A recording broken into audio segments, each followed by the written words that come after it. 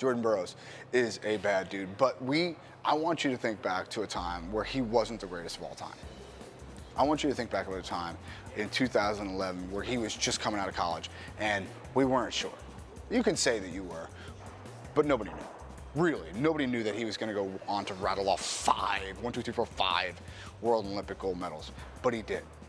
Now, another thing that you have to kind of keep in mind is that Jordan Burroughs was wrestling at 74K in 2011, and at that time, the Russians had owned the middleweights. They had owned them. Bubasar Satiev won 9 World Olympic gold medals.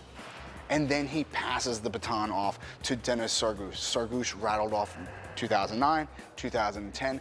Every account that anyone had, especially coming out of Russia, was that Sargush was next. He was the next in line to wear the middleweight crown for the foreseeable future. And here comes Jordan Burroughs. Dude, Bader was there. Why don't we have him tell the story? He wrestled Denis Sargush second round at the World Championships. First of all, the draw, right? You're like, what's his draw going to be? Oh, he's got the Russian second round. Okay, well, we're going to find out real quick what the deal is. I don't remember who he had first round, but he won. And then we're like, okay, the Russian. I remember it was like, Bader, don't film from up in the stands. Get your camera and go down and be close to the mat. So I did. And I think Sargush comes out and takes him down right away. And we're like, okay. And then, just like everybody thought, they said he's dirty. He pulled hair, he pulled singlets. He pops a hole through his singlet, sweeps from the other side, and scores.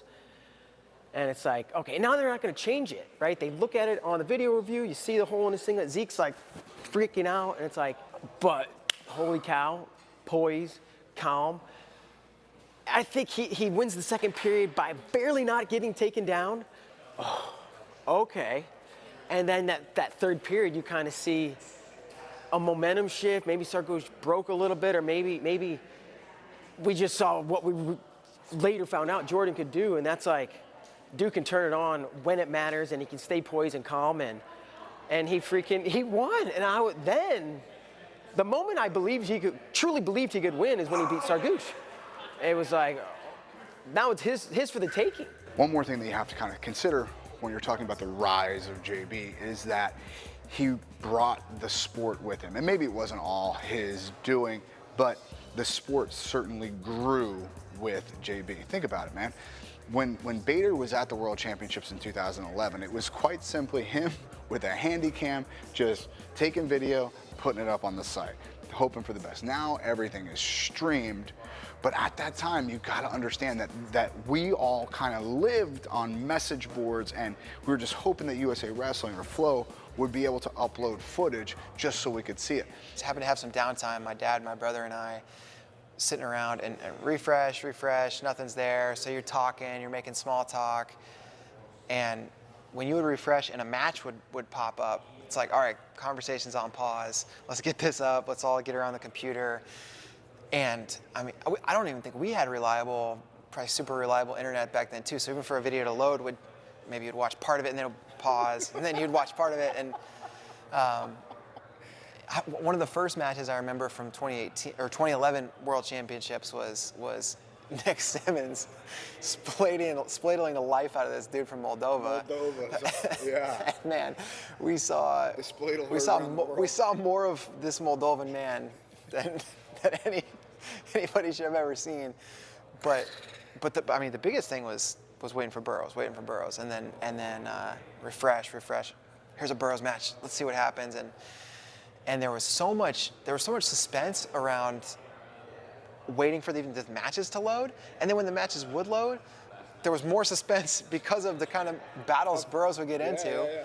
That you know, it was ultimate waiting. It was not great user experience, but it was really fun and really memorable at the time, because before that there were just no options. I mean, it's just, you don't watch it. You don't see it at all.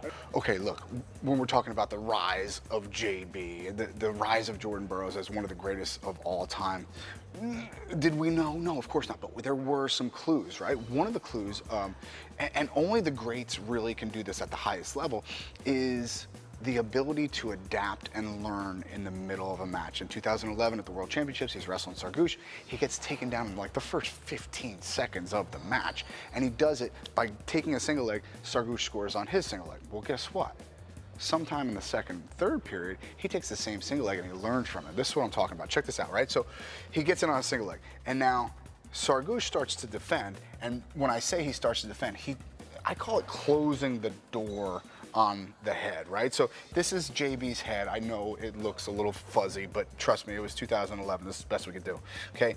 His head's right here. Sargouche's hips kind of cover the head, and then once he feels as though he's in danger, JB, he kind of like lets go of the leg and he winds up getting taken down. I get it, man. That kind of stuff happens, right?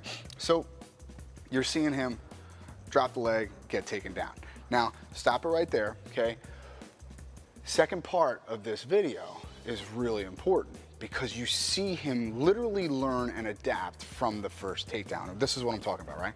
So here's another shot, and this time he's got the same shot, and his head is coming up this way. What that does is it prevents Sargouche from dropping his left hip down this way, and JB winds up hitting what I call a head wheel finish. Like you see guys like Logan Stieber and those guys, all those guys hit that.